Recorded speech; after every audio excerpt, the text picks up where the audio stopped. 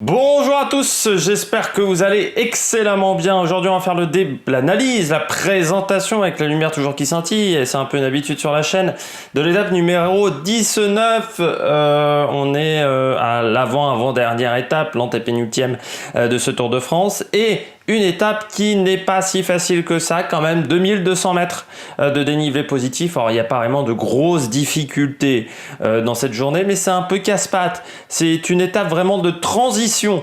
Je dirais que c'est le genre d'étape qu'on avait à l'époque de Jean-Marie Leblanc, quand Jean-Marie Leblanc faisait les Tours de France, donc c'était avant Christian Prudhomme. On avait ce type d'étape-là assez régulièrement avant le dernier contre-la-montre, c'est-à-dire qu'on avait une étape qui convenait assez bien aux échappées parce que les sprinteurs étaient un peu fatigués, que les équipes étaient pas très bien organisées, que le parcours était un peu vallonné. Chavanel, par exemple, avait gagné une étape comme ça. Je crois que Cédric Vasseur également, c'était un contre-la-montre. Je crois, c'était une étape de transition qu'il avait remportée la deuxième fois, Cédric Vasseur. Il n'y avait pas une année un Jens Voigt aussi qui avait gagné, ou qui avait fait un bon résultat sur une étape comme ça. Enfin, c'est vraiment les étapes pour baroudeurs parce que ça peut vraiment le faire sur une étape comme celle-là. Sans que la lumière qui clignote va m'énerver au bout de 5 minutes de vidéo. On quitte les Alpes. Ça a été fatigant les Alpes, surtout l'étape de la veille, avec 5100 mètres de dénivelé positif.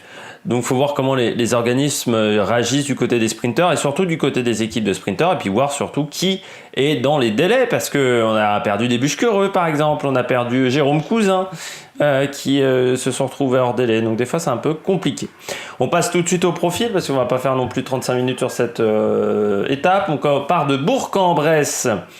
On traverse Chavannes-sur-Durand, Saint-Julien, Créchia, Lons-le-Saunier. Je sais pas si on dit Lons, je crois qu'on dit Lons-le-Saunier. Et on arrive à la côte de Château-Chalon, 4 km 2 à 4,4 de moyenne, km 82, donc c'est à mi-étape à peu près. Côte de Chalon, vous voyez, c'est pas extrêmement difficile. C'est 6,5 à un moment, 7%, mais sinon c'est du faux plat montant. En fait, c'est tout le problème de cette journée, c'est-à-dire que c'est une journée vraiment de faux plat montant. On passe par Crotenay, on arrive au sprint intermédiaire à Mournance. Encore une grosse bagarre au niveau des points, parce que entre Sam Bennett, également Peter Sagan, Trentin qui reste en embuscade, rien n'est fait. Bièvre de Maison, ça sera le point le plus haut de la journée, 932 mètres d'altitude, et puis on redescend progressivement vers Champagnole. Faire attention du côté de Champagnole, arrivée un petit peu tortueuse. Surtout, il y a un virage très technique au niveau du kilomètre. C'est une sorte d'escargot qui se referme sur la gauche, et puis après vous avez un virage à 90 sur la droite, donc ça va pas être facile à gérer pour les coureurs. Il faudra être bien placé à ce niveau-là, ou pourquoi pas ça pourrait nous permettre d'avoir une tentative au kilomètre.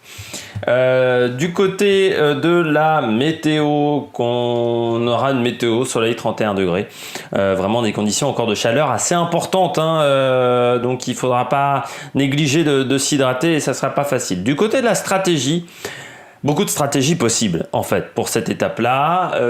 Soit on a un sprint massif classique avec les sprinteurs qui auraient bien réagi, avec également des équipes de leaders qui contrôleraient. Ça, je suis pas sûr que ça arrive. Soit on a une échappée, et l'échappée va au bout. Pourquoi ? Parce que vous avez la Jumbo qui contrôle pas énormément, qui laisse monter très vite l'écart, et puis derrière les équipes de sprinteurs qui manquent de main d'œuvre, soit parce qu'elles ont des coureurs hors temps, soit parce qu'elles ont des coureurs qui sont très fatigués, ou soit parce que les sprinteurs n'ont plus les jambes, donc on ne veut pas rouler. C'est parfois difficile de trouver des alliés de circonstance dans une étape de 3e semaine, donc c'est vraiment pas toujours facile si on est réellement très fatigué. Et soit ça peut être une échappée qui soit quasiment reprise, mais un coureur arrive à s'extirper dans le dernier kilomètre, ou soit un départ au kilomètre. Parce que les équipes seraient pas très très bien organisées. On sait que depuis le début du Tour de France, les équipes sont pas extrêmement bien organisées. Et donc un départ au kilomètre avec un coureur de type Craig Anderson, vous savez, un coureur assez puissant qui arriverait à sortir. Pour moi, mes pronostics, alors vous allez voir que là j'ai mis Là, il y a de la cote à 150 contre 1 là. Vous mettez 20 centimes, vous en gagnez 4500 si ça arrive vraiment. Il y a peu de chances que ça arrive, je peux vous dire. Parmi les favoris, moi j'ai mis Peter Sagan.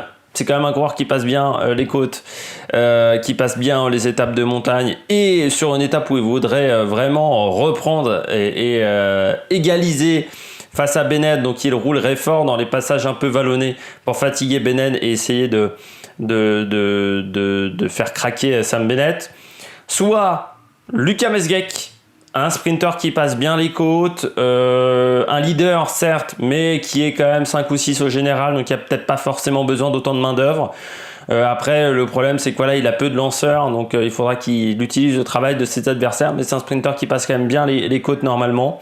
Elia Viviani, parce qu'on pourrait rouler pour lui pendant toute la journée, avec une équipe encore assez solide, parce qu'à part Anthony Perez, ils sont encore 7 dans l'équipe, et on pourra avoir un énorme travail pour Viviani avec un Guillaume Martin qui ne serait plus dans le top 10 et qui serait même très très loin, qui aurait un peu craqué lors de l'étape de la veille. Et puis sinon, départ au kilomètre de Connor Swift. Là, c'est 4000 contre 1, hein, Connor Swift de Arkea, un peu pour les mêmes raisons que Viviani, mais qui partirait au kilomètre. C'est un coureur qui est très puissant, Connor Swift, le Britannique, et qui arrivera à s'en sortir sur cette étape numéro 19. Donc voilà, beaucoup de possibilités, une étape très ouverte, cette étape numéro 19. J'espère que vous avez aimé cette vidéo. Si vous avez aimé cette vidéo, n'hésitez pas à vous abonner à la chaîne. N'hésitez pas à mettre un pouce bleu, je le redis 150 fois. N'hésitez pas à réagir dans les commentaires. Et puis nous, on se retrouve pour de nouvelles aventures sur la Meilleure Production. Ciao, ciao!